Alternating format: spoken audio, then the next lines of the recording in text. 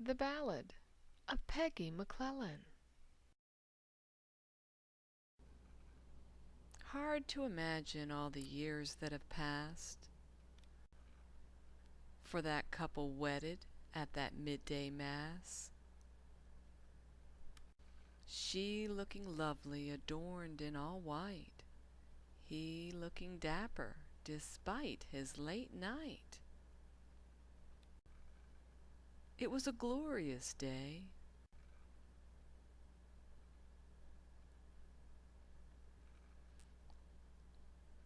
Just a brief morning rain.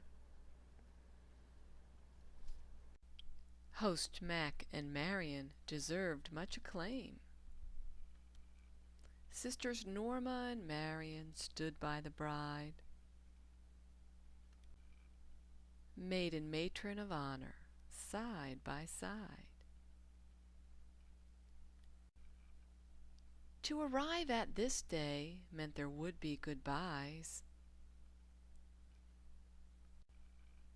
since the couple would be breaking all previous ties. And boyfriends galore had Miss Peggy McClellan. But that's just a guess, since there's really no telling. We've heard about some, never hearing it all. The boys of the 50s all coming to call. All were quite smitten and gave it their best. But Peggy McClellan would accept just the best. She fell for the postman, a man in all blue. Her heart felt alive and she knew it was true. With his deep hearty laugh and those blue Irish eyes, she knew without doubt she had found quite a prize. Now a postman's profession is notably fine, but our postman of choice wasn't spending his time on a beat where old ladies were just dying to talk.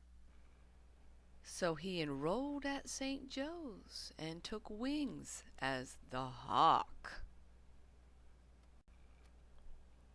Up on a hill, not far from St. Joe's,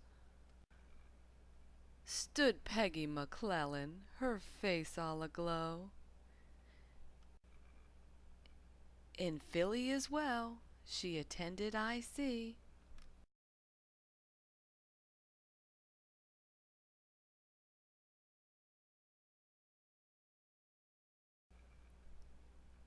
This set the course of things that would be.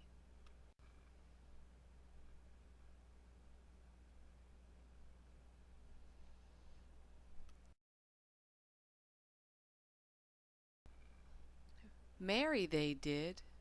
54 was the year. In almost no time, the first child did appear.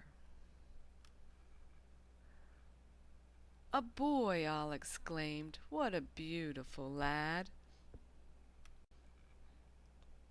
The spitting image of his fair-haired dad.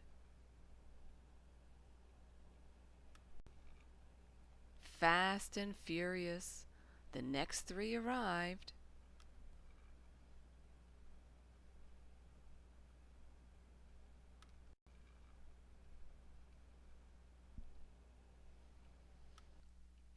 Hardly a breath for a now weary bride.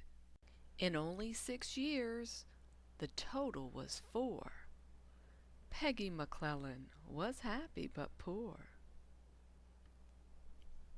Busy and hectic those baby years passed, as the youngest prepared for school days at last.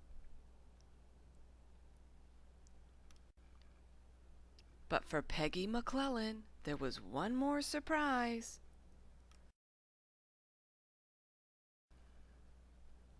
When the good Lord sent her child number 5.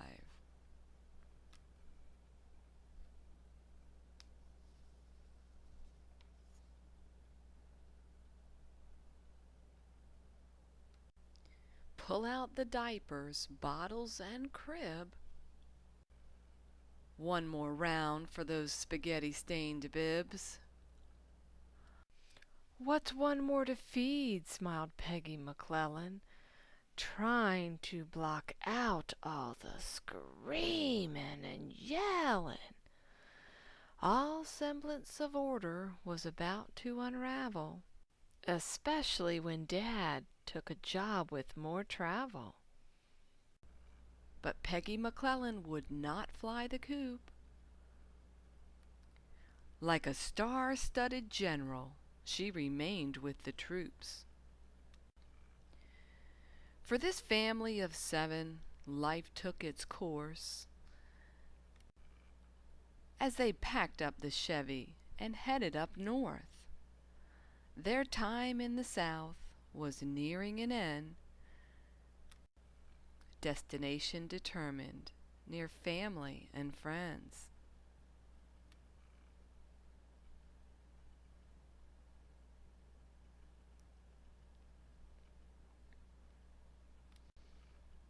With the kids getting older, the time had now come for Peggy McClellan to reconnect with the nuns. Back to UA, this time as a teacher, went Peggy McClellan for her own double feature. Her qualifications, without compare, were more than sufficient, a find that was rare. Distinct was her style, one easily remembered. Her love of theatrics and how it was rendered. What better way to study the classics than to have them enacted by a consummate actress? The classes were lively, the students engaged, as Peggy McClellan used her desk as the stage. At the end of the day, when most teachers retire, Peggy McClellan had no time to tire. On to the pool, the field, or the court. That's where you go when your children play sports.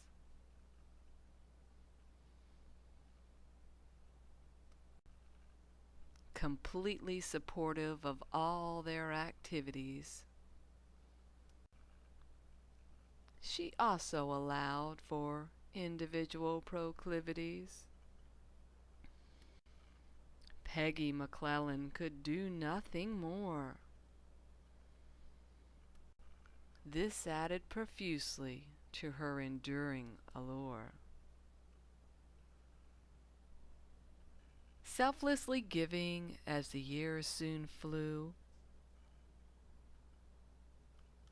she nurtured and watched as the children all grew.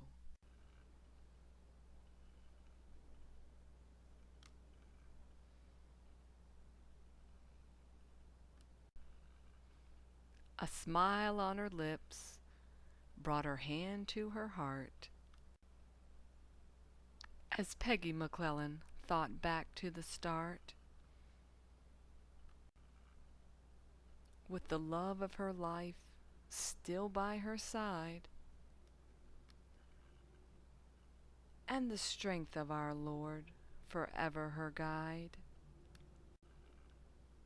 her life has been rich, not valued by gold, but by sharing the essence of her heart and her soul.